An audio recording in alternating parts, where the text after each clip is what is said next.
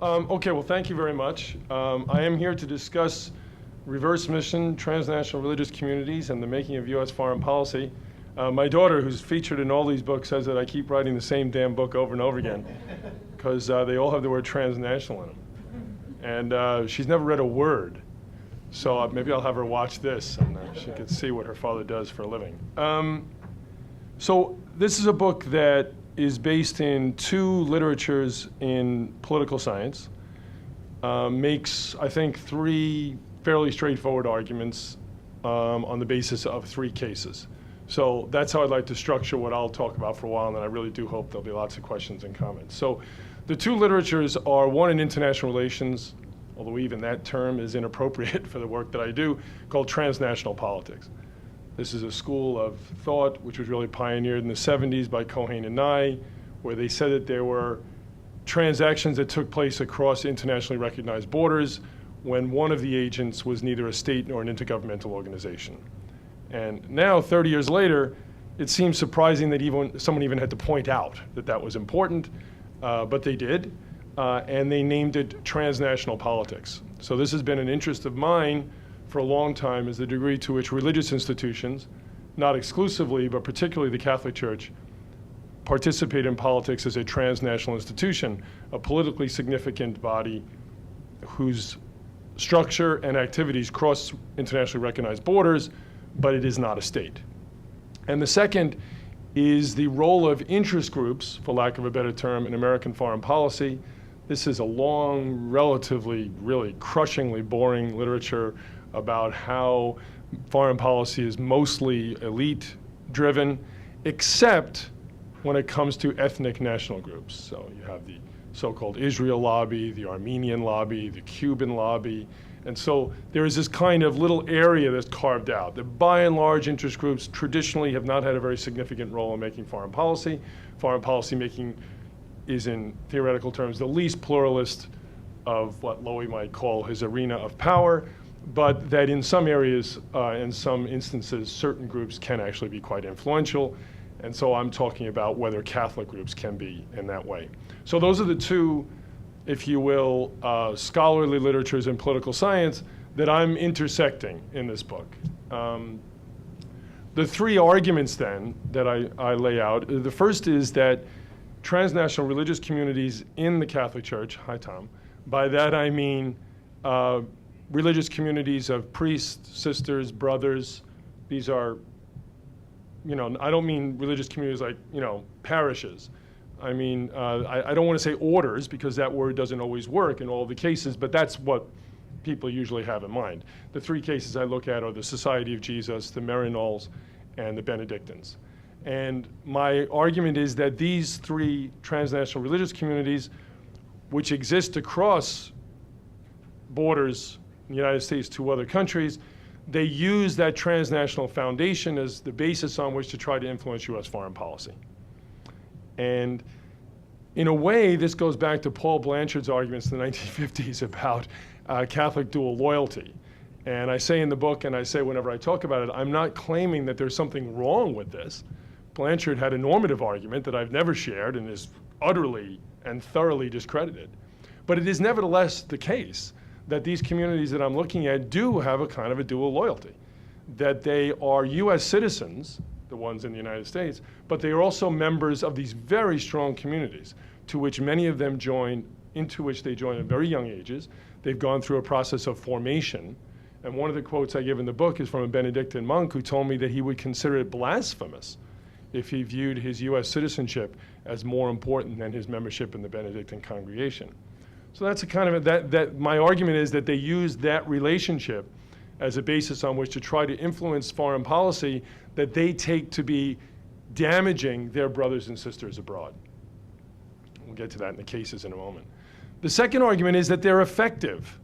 And so this is interesting in terms of foreign policy making. I only look at three cases, but I chose them on purpose to be in the same part of the world, the same United States foreign policy processes. They roll in Latin America, basically since the 1980s. And I argue in the book that they're actually fairly effective, particularly if you look at it from their perspective. So the Jesuits, as I'll talk about, have a certain type of political style, Marinols have a different one. Benedictines have a third. But if you look at the policies that those communities are actually trying to influence, they are relatively effective, relatively influential. And I think this is a significant thing for us to talk about beyond religious communities, as the notion of identity in politics, both domestically and internationally, moves beyond ethnicity. Not so long ago, when he talked about identity, we were talking about ethnicity. Now, in a world of identity politics that all of us live in, but certainly those of us in universities do, where there are departments associated with most identities you can imagine, that these identities, if they have a transnational form, can actually be used as sources of power in American politics. There's a very interesting literature on transnational activism, transnational advocacy networks. Some of you may be familiar with it. But if you think about identity in terms of gender, sexual preference, ethnicity, religion, as I always tell my students, the Eric Clapton fan club, he is God after all, that these types of things cross international borders, and the Americans in those communities can use their U.S. citizenship to advance the interests of those broader communities. And then third, and this, I'm being honest, is the one that interests me the most, is that the political style, for lack of a better word, or the approach to foreign policy making that these three communities take is a function of the structure, the transnational structure of the community itself, and most interesting to me, what they might call the charism of their founding. This book is, and Tom Reese might understand what I mean by this especially. This is obviously a mid or late career book for a political scientist to write. I've been working in this field for 30 years, and I've always said this is about politics. I'm interested in political structures and processes, particular, as Tom was talking about before, the structure of party coalitions in various places around the world. I'm interested in politics, and I'm using religion and this institution as a way of articulating that political relationship. Well, here, I don't care so much about that. I'm really interested in these communities. We're taping. Yes, well, that's okay. I have tenure. I'm really interested in these communities. And put it another way, it's the most religious book I've ever written, because I'm interested in how the people in these communities actually articulate their own identity, how they articulate the type of community they belong to. And I argue that these three communities differ enormously along that dimension, and that those differences are reflected quite obviously, unavoidably, in the way they engage in politics in this context.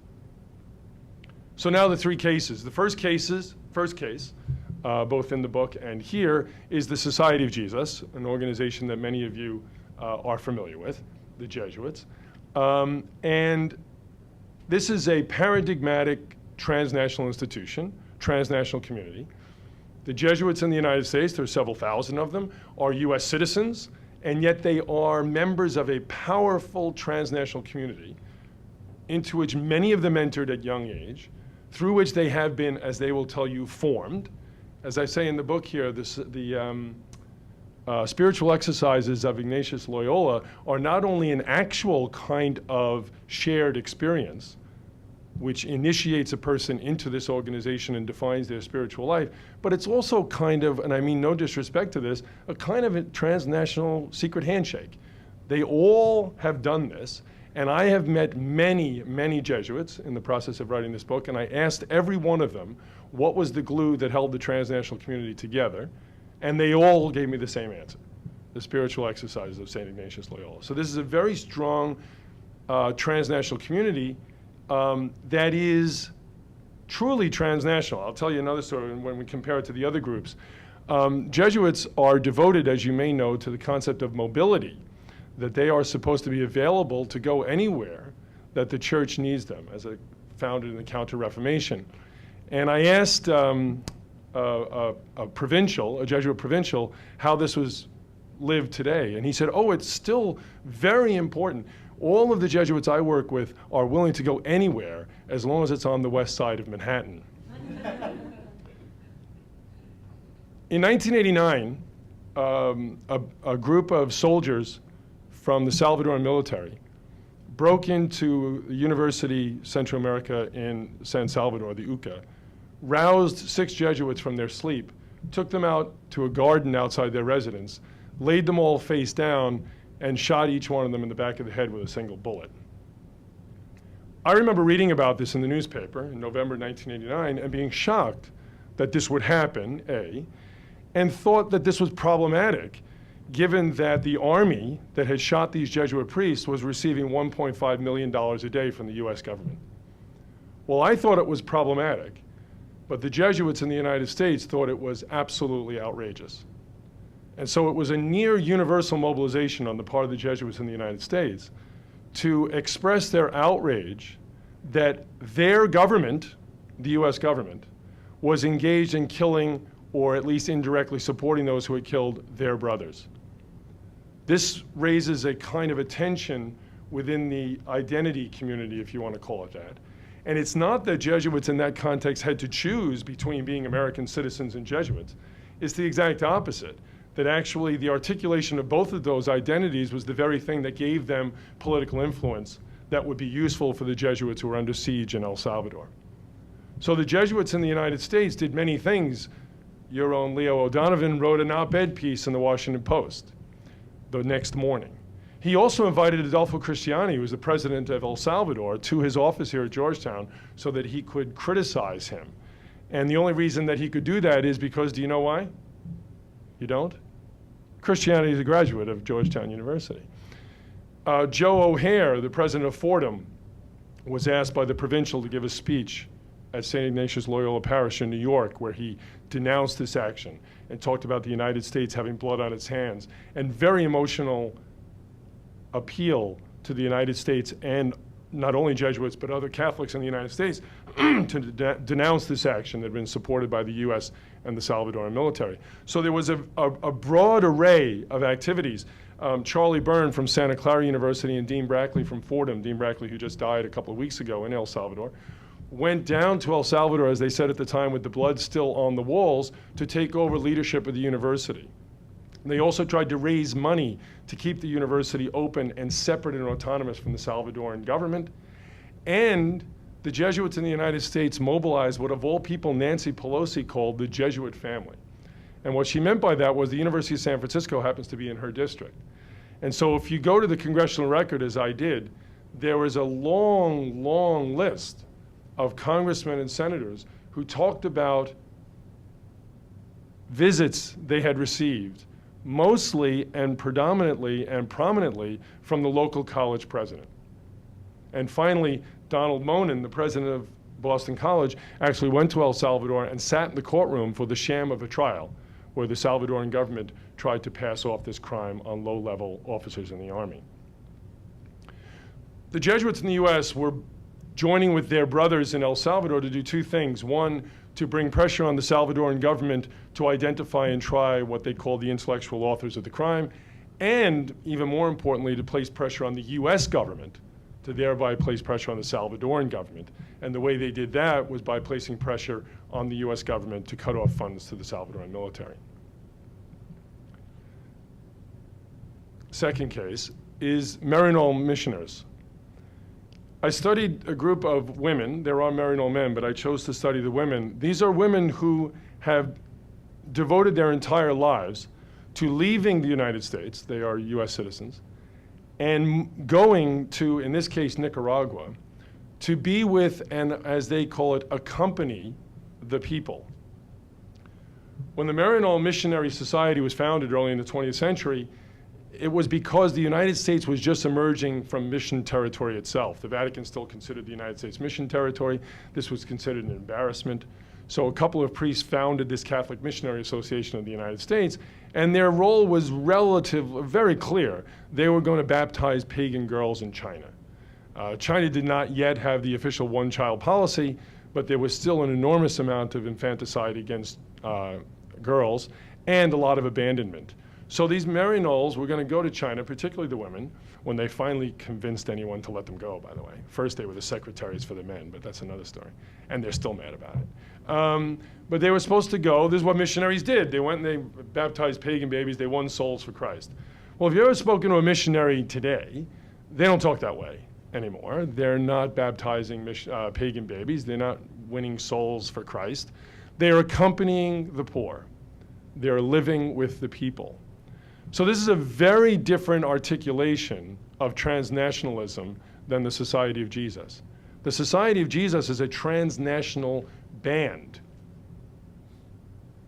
The Marinol Missioners are a group of US citizens who go and live with people in other countries for the purposes of associating, identifying themselves with those people in order to bring a more just world.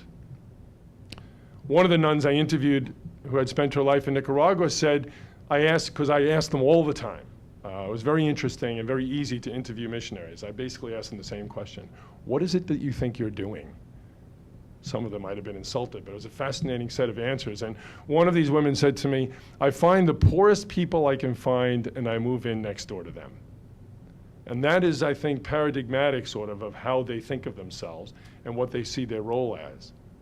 And in the 1980s, Ronald Reagan had started a group called the Contra-Revolutionary Army, and he had armed and organized them in Honduras and sent them into Nicaragua to try to overthrow the Sandinista government. Reagan was fond of calling them the moral equivalent of our founding fathers and trying to create this aura around them as freedom fighters.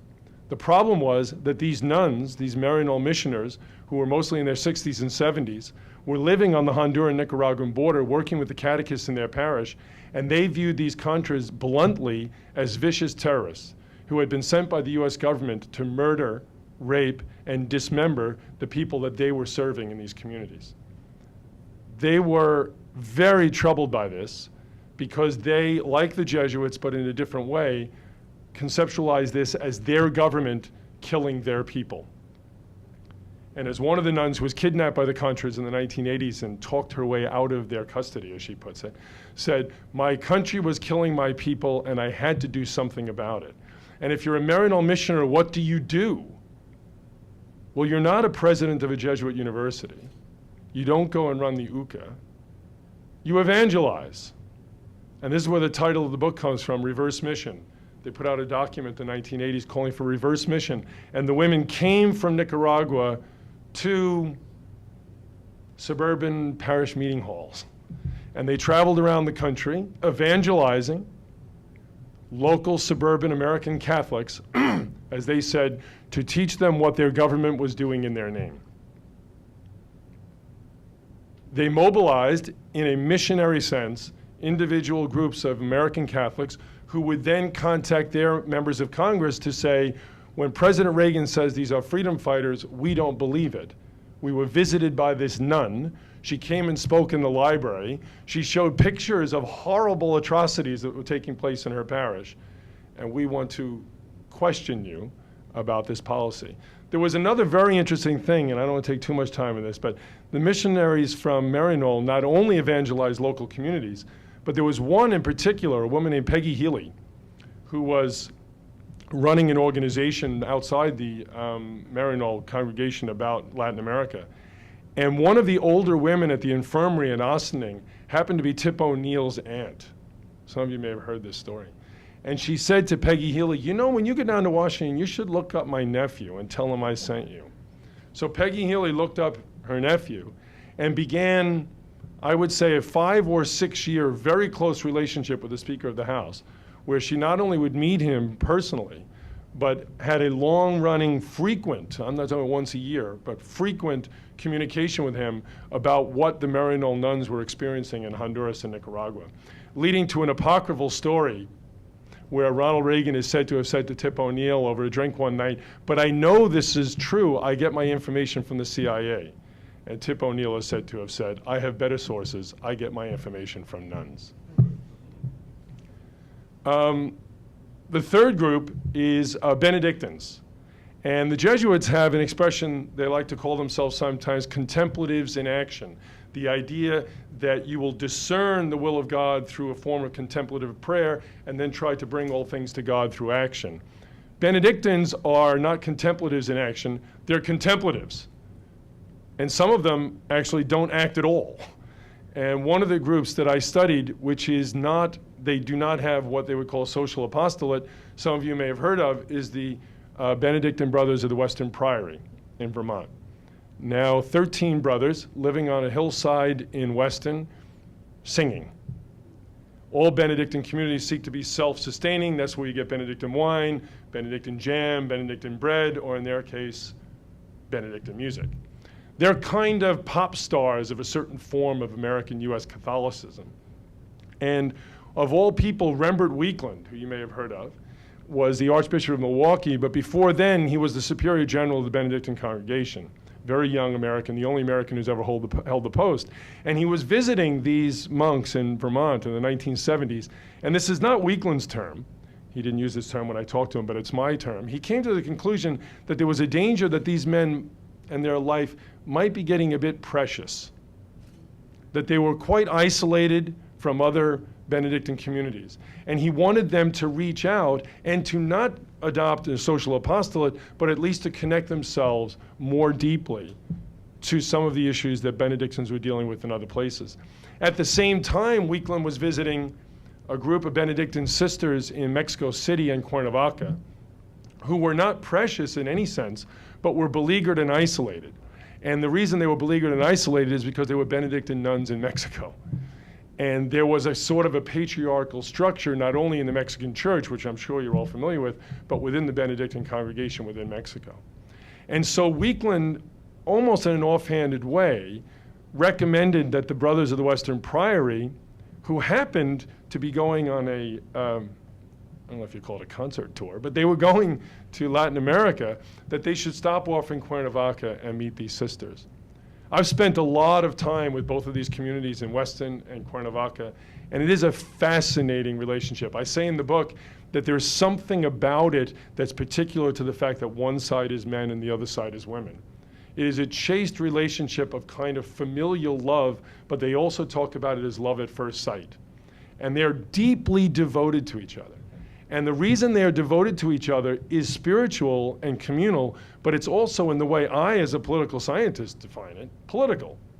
That is to say, the brothers are given opportunities by their sisters, as they call them, to engage with what they now call the reality of poverty in Latin America.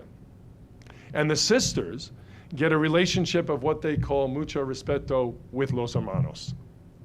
As they said to me, no one ever called us sister before, and we never called a man a brother. We had fathers before, now we have brothers. And it's a kind of a intense relationship that they actually have formed a formal covenant, because unlike the Jesuits, Benedictines, as you may know, have a tradition of stability. So if you become a Jesuit, you join the Society of Jesus, a transnational community. But if you become a Benedictine, you join that monastery. And the expectation is that you will spend your entire life in that place. And so they have a covenanted community between the two houses, which they call the Alianza. And this is really important because the fundamental Benedictine spiritual principle that they're living out in this political way is hospitality. St. Benedict's dictum in his rule that all guests will be greeted as Christ himself. So the understanding for Benedictines is very spatial, that we are the Western Priory, and they are the Guadalupeñas, the Cristo Rey, and we interact with each other not as Leo O'Donovan to Ignacio de la Curia, let's say in the Jesuit case, or Peggy Healy to the people of Nicaragua, but as the Western Priory to the Guadalupeñas, a Cristo Rey. And the ramifications or manifestations of this relationship are several. One is that in the early 1980s, the brothers were visiting the sisters, and the sisters took them to the Guatemalan border to meet a family that had been secreted out of Guatemala during the horrible civil war that was taking place there. The brothers were taken by this experience, and so they announced the Western Priory as a sanctuary for this family. They did it quite publicly. They did it on purpose on the anniversary of the death of Archbishop Romero, and they invited this family to live with them in Weston for 26 years, by the way. The family just decided a couple of years ago that it was safe to go back to Guatemala. And so they built upon their relationship with the sisters by opening their home to this family that had been sent to them by the sisters.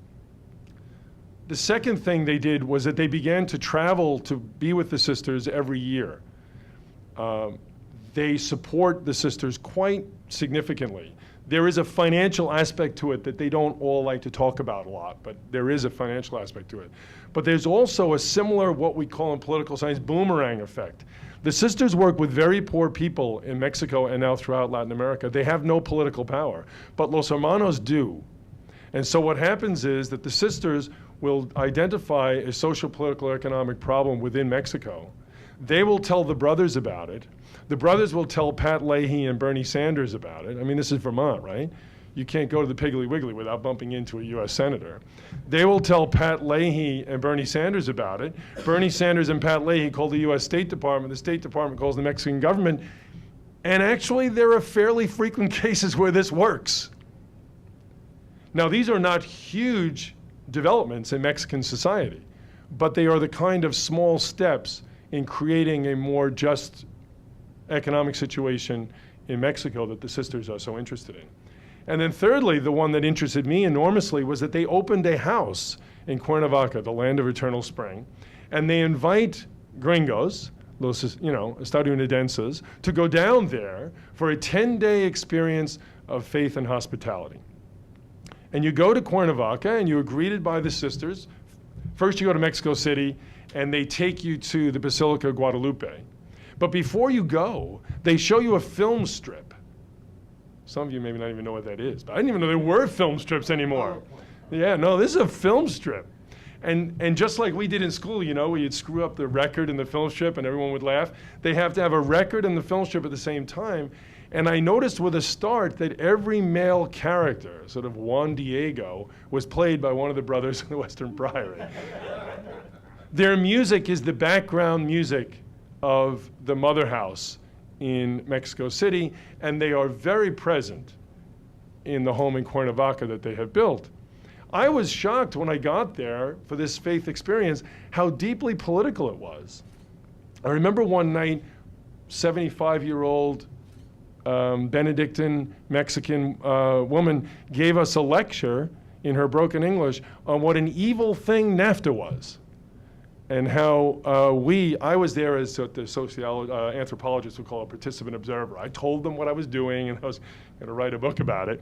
But that we had a Christian responsibility to go back home and, you know, stop NAFTA. This is a bad thing. And at first I was surprised by the blunt and obvious nature of the politics of it. But upon reflection, this was what it was for.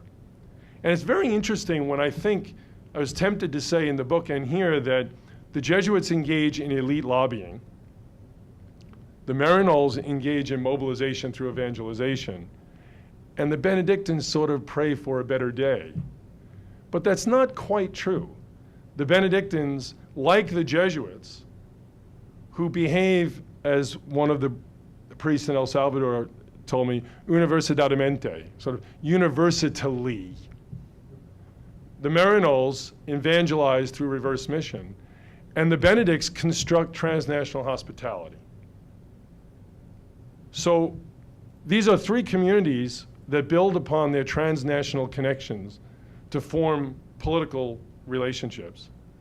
I think, at least in their own terms, and we could talk about this if you have questions, are successful in a certain sense politically. They are not irrelevant priests and nuns just pleasing themselves. But thirdly, and most interesting to me, their approach, their style, their way of doing politics is particularly Jesuit, Marinol, and Benedictine. And the particularities of those three articulations are based upon the transnational structure of the communities themselves and the founding charism, as I said to the Marinols, of what they think they're doing. So I think they're interesting cases that make interesting theoretical points about how politics works, but I think if that's true, in other words, if the structure of the communities drive the forms of politics, the arenas of power that they engage in, I'm still back in class with Lowy 30 years ago, then that dynamic can be applied to all kinds of transnational communities, certainly religious ones, but non-religious ones as well. Great. Thank you.